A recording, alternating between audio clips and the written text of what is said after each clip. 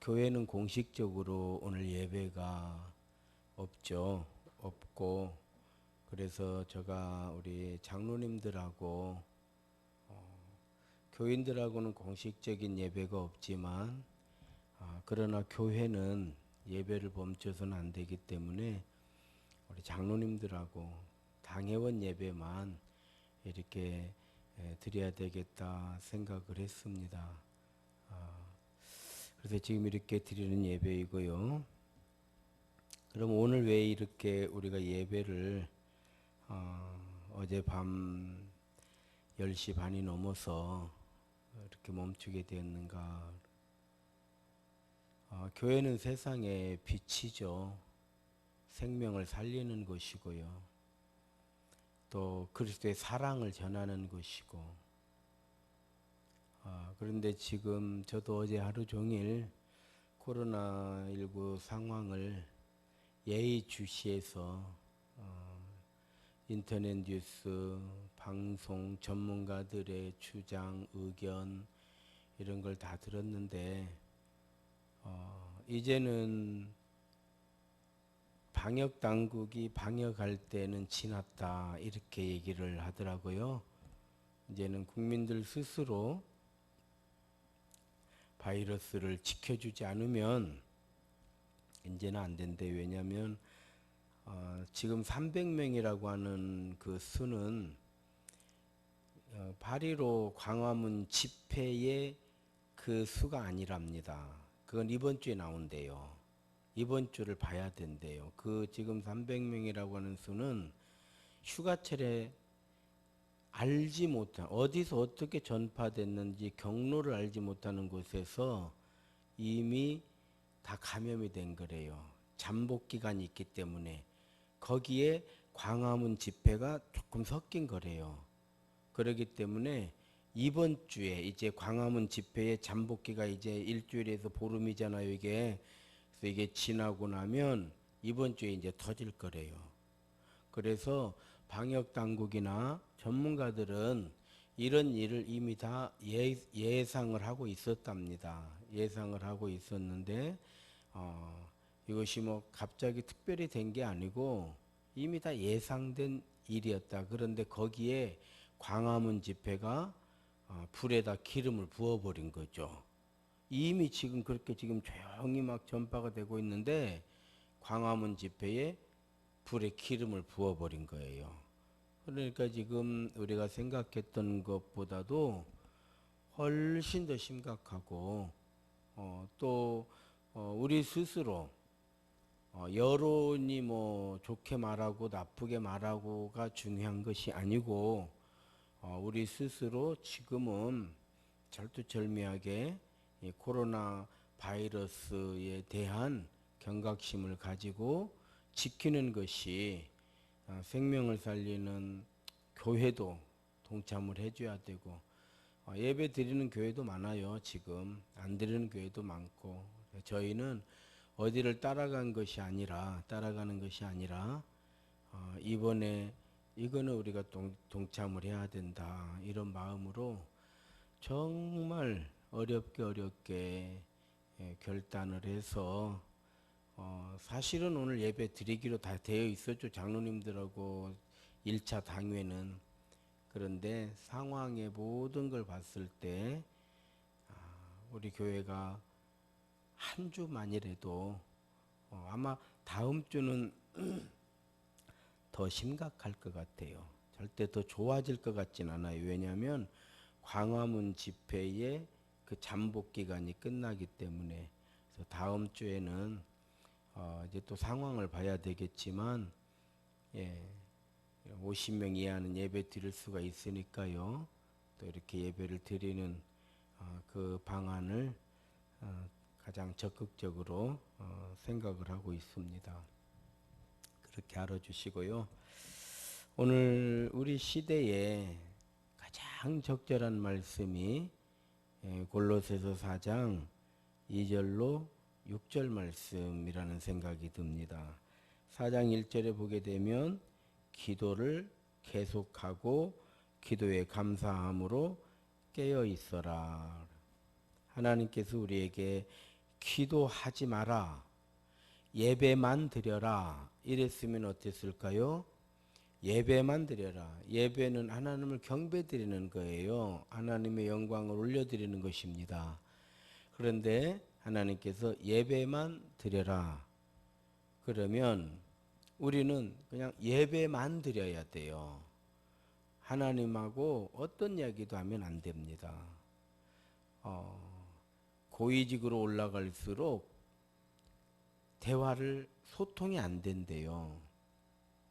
무슨 이야기를 하면 그냥 내 얘기만 들어 그런답니다. 무슨 의견 제시하려고 하면 그런 소리 하지 말고 시키는 대로만 해. 굉장히 힘들대요. 굉장히 힘들대요. 하나님께서는 충분히 우리에게 그러실 수 있잖아요. 하나님은 진리이시기 때문에 그냥 하나님께서 내가 시키는 대로만 해. 이렇게만 해. 이렇게 했으면 우리는 그렇게만 해야 돼요. 그렇게만 해야 됩니다. 그런데 하나님께서는 우리에게 시키는 대로만 해. 이렇게 하시지 않고 우리의 사정을 기도하라고 하신 거예요. 우리가 아플 때에 아프다. 불편할 때 불편하다. 힘들 때 힘들다. 정말 내가 원하는 것이 있을 때 나는 이것이 너무 원하는 것이다. 이런 기도를 하게 하신 거예요. 그래서 바울 사도는 기도에 감사함으로, 그러니까 기도를 우리가 받은 것 자체를 정말 감사해야 돼요. 그래서 감사함으로, 또 아무리 감사해도 기도하지 않으면 무슨 소용이 있겠습니까? 우리 속담에 부뚜막에 소금도 집어넣어야 짜다고 그랬잖아요. 소금이 아무리 많은들 뭐예요? 음식에 넣어주지 않으면 음식의 맛을 내지 못하기 때문에 아무 의미가 없단 말이죠. 그래서 기도에 깨어 있어야 된다. 깨어 있어야 된다. 이렇게 말씀을 해주시는 겁니다. 소통 없이 뜻을 알 수가 없어요. 소통 없이 은혜 받을 수도 없고요. 소통 없이 응답 받을 수도 없습니다. 그럼 누구와 소통할 것인가? 그렇습니다. 지금 이 시대야말로 우리는 하나님과 소통을 해야 돼요. 여론과 소통하는 게 아니에요. 여론은 단 한 번도 교회를 잘한다고 해본 적 없어요. 사실 정말 이단이라든지 전광훈이라든지 일부 몇몇 교회 전체로 따지면 0.1%도 안 될 거예요. 그런 데를 제외하고 나면 99%의 교회들은 정말 잘하고 있어요. 그래서 교회는 굉장히 억울한 거예요. 사실은 억울한 거예요. 그런데 이 억울한 거는 항상 있었던 거예요. 항상 있었어요. 예수님도 항상 억울하셨지 억울하지 않으신 적 한 번도 없었고요. 제자들도 항상 억울했지 억울하지 않은 적 한 번도 없어요. 우리 세임교회가 20년이 넘도록 이곳에 있었지만은 우리 세임교회가 특별히 세상에 빛이 되지 못할 일을 한 적은 없어요. 세상에 지탄받을 일 한 적 없어요. 그러나 사람들은 마치 3월 코로나가 터졌을 때 우리가 예배드리고 있으니까 세임교회는 왜 이렇게 말을 않는가 모르겠다. 막 이렇게 뭐 일부 몇 사람이 그렇겠지만은 그런 소리는 있어도 잘한다 이런 소리는 그냥 없다고 보시면 돼요. 그렇기 때문에 우리는 여론하고 소통하는 것이 아니고 하나님과 소통하는 곳, 그것이 교회이고 또 성도의 믿음의 삶의 모습인 줄로 믿습니다. 그 소통이 무엇이냐? 기도죠. 기도. 그래서 기도는 하나님께서 우리를 사랑하셔서 또 나를 사랑하셔서 우리에게 주신 가장 큰 은혜이고 또 하나님께서 우리에게 주신 권세라고 말씀해 주시는 거예요. 그래서 예수님께서 너희에게 성령이 임하시면 너희가 권능을 받고 예루살렘과 유대와 사마리아와 땅 끝까지 이르러 나의 증인이 될 것이다. 왜 증인이 되느냐? 권능을 가지고 있기 때문에 그런다는. 그러면 이 권능은 언제 오느냐? 너희가 예루살렘을 떠나지 말고 기도할 때 이 권능이 온다 말씀해 주셨습니다. 그래서 우리도 오늘 예배는 이렇게 드리지만 정말 우리 장로님 기도하신 것처럼 우리가 마음껏 전도할 수 있고 또 마음껏 예배할 수 있는 그런 일상의 평범한 날, 우리가 늘 그냥 그런 평범한 날을 평범하게 별 생각 없이 지냈던 것처럼 그런 날이 속히 돌아와야 될 줄로 믿습니다. 그것을 위해서 우리는 또 기도하는 거죠. 그래서 기도하는 교회, 기도하는 목사, 기도하는 장로님들, 기도하는 우리 권사님들, 성도들 되시기를 주의 이름으로 축원합니다. 두 번째로는 전도하라고 그랬어요. 전도. 전도는 우리의 사명이잖아요. 왜 사명인가? 이렇게 생각하시면 될 것 같아요. 하나님께서 노아에게 방주를 지으라고 하셨잖아요. 방주를 지으라고 하신 하나님의 뜻은 노아가 얼마나 순종하는가 보자. 노아를 시험하신 게 아니었어요. 이미 홍수 심판은 계획된 것이었고 노아를 구원하는 방법, 하나님께서 홍수로부터 노아를 구원하시려니까 방주를 지으라고 하셨던 거예요. 뭐 노아만 구원하시려고 하신 것이 아니라 노아를 비롯해서 믿음의 사람들은 누구든지 다 구원을 하시려고 큰 방주를 지으라고 하신 거예요. 또 그러면 사람이 그 노아 가족 외에 아무도 없었는데 가축들밖에 없었는데 이렇게 방주가 클 필요가 있었느냐? 150일 동안 물에 떠 있어야 됐어요. 그러면 물이라고 하는 거는 큰 이번에도 그 우리가 홍수 피해를 봤잖아요. 물은 가만히 있지 않아요. 높은 곳에서 낮은 곳으로 끊임없이 흐르게 되고 바람이 불게 되고 그러면은 파도가 치게 되고 이게 어디로 어떻게 될지를 모릅니다. 그렇기 때문에 커야 되는 거예요. 교회도 마찬가지예요. 교회가 작으면 언제 어떻게 문 닫을지 모르더라고요. 그러나 교회가 크면 야간해가지고 웬만한 파도에는 다 이겨내는 거예요. 이번에 구례 곡성 구례 그쪽에 뚝이 터져가지고 수해가 돼서 소들이 많이 죽었잖아요. 많이 죽었는데 사람은 떠내려 가면 100% 죽더라고요. 근데 소는 등치가 커가지고요. 떠내려 가도 웬만하면 살더라고요. 그렇잖아요. 소들은 큰 소는 400kg 막 500kg 되거든요. 키도 크고. 그래서 뭐 아무리 물살을 이렇게 해도 살아남더라고요. 소는. 사람은 다 죽어버려요. 왜? 물살에 휩쓸려서 죽어버려요. 휩쓸려서 죽어버려. 힘이 없어요. 약해요. 50kg, 60kg, 70kg 뭐 뚱뚱하다고 해봐야 100kg인데 그것 갖고는 안 되더라고요. 그래서 제가 이번에 보면서 야, 소는 크니까 사는구나. 그렇게 떠밀려 갔는데도 섬까지 떠내려간 소가 있어요. 섬까지. 그랬잖아요. 방송에 나왔잖아요. 그래서 방주를 크게 지으라고 하신 이유를 알겠더라고요. 알겠습니다. 그래서 교회는 구원의 방주잖아요. 구원의 방주. 하나님께서는 방주 안에 있는 사람만 구원하셨어요. 방주 밖에 있는 사람은 다 심판받았어요. 교회는 구원의 방주예요. 우리는 그가 누가 됐던 정말 예수 사랑 가지고 하나님 나라의 소망을 믿는 믿음 가지고 세상에 이런 말 하던 저런 말 하던 정말 내가 사랑하는 사람은 전도해야 돼요. 왜냐하면 우리 인생은 잠깐 지나가고 그냥 끝나는 거예요. 경험하다가. 그래서 저는 인생을 맛보기라고 그래요. 그냥 맛만 보다가 50대 맛보고 60대 맛보고 70대 맛보고 80살 되니까 80은 이렇구나. 90살 되니까 90은 이렇구나. 어쩌면 100살 되니까 100살은 이렇구나. 맛만 보다가 끝나는 거더라고요. 왜? 한 번도 살아본 적이 없기 때문에 그래요. 그래서 우리는 전도를 계속해야 된다. 계속해야 된다 하는 것이 오늘 본문의 말씀입니다. 세 번째로는 성령님을 의지해야 돼요.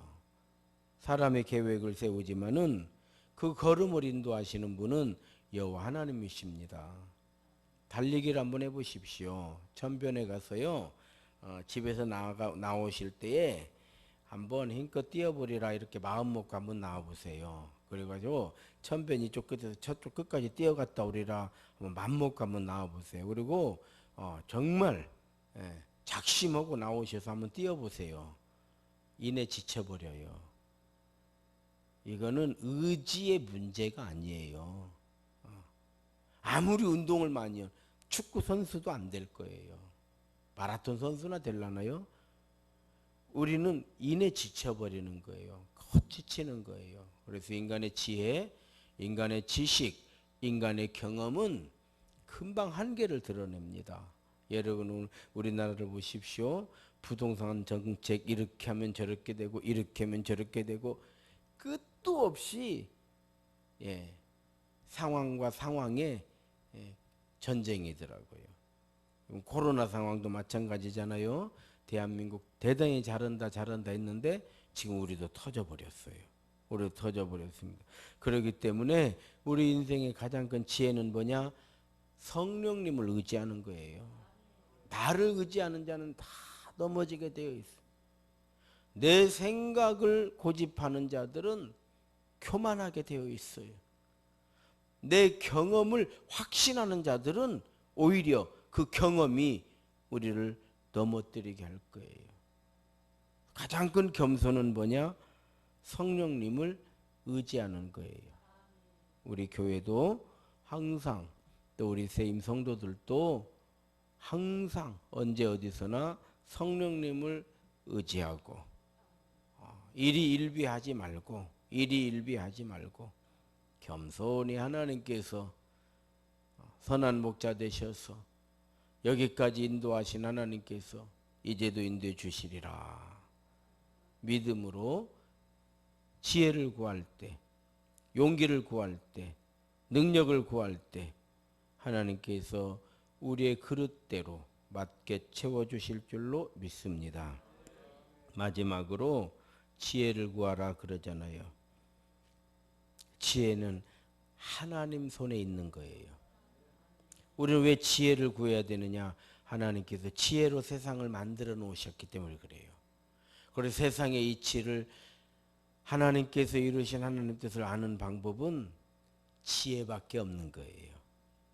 지혜밖에 없습니다. 그래서 하나님은 지혜로 세상을 만들어 놓으셨고 결국 세상의 이치는 지혜 안에 있는 거예요. 우리 믿음의 성도들이 계속 구하고 넘치도록 채우기를 원하는 것, 아무리 많아도 결코 많다고 말할 수 없는 것, 하나님께서 우리에게 주시는 지혜인 줄로 믿습니다. 저는 이제 나이가 이만큼 됐잖아요. 이만큼 되고 많은 사람을 만나보고 그렇죠. 지식이 많은 사람도 만나봤고 돈이 많은 사람도 만나봤고 높은 자리에 있는 사람도 만나봤고 또 그렇지 않은 분들도 만나봤고 많은 사람 만나봤는데요. 지식이 많고 돈이 많고 고위직에 있다고 해가지고 지혜로운 건 아니라는 걸 알았어요. 왜 그러느냐? 인생의 가장 어려운 것 중에 하나가 자기 자신을 아는 거예요.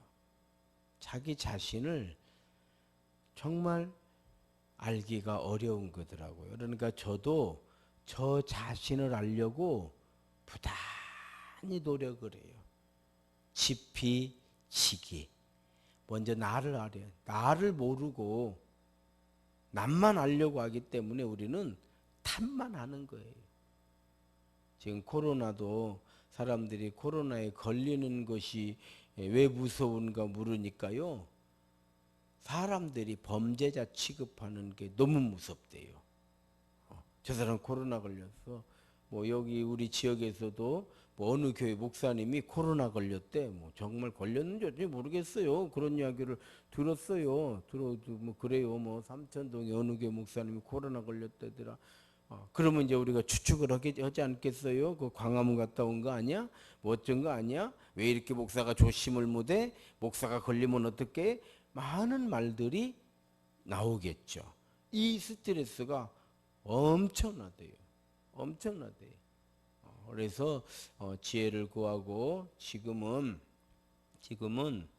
어찌하든지 하나님께 기도하고 하나님을 의지하는 가운데 코로나로부터 교회도 지키고 우리 자신도 지키고 그리고 이러한 엄중한 시기에 오히려 교회가 세상에 빛이 되고 소금이 되고 그로 인해서 구원의 방주가 되고 하나님의 영광이 되고 성도들에게는 은혜가 되는 믿음과 사랑의 공동체 우리 세임교회를 정말 내 힘이 닿는 데까지 최선을 다해서 교회를 세우자.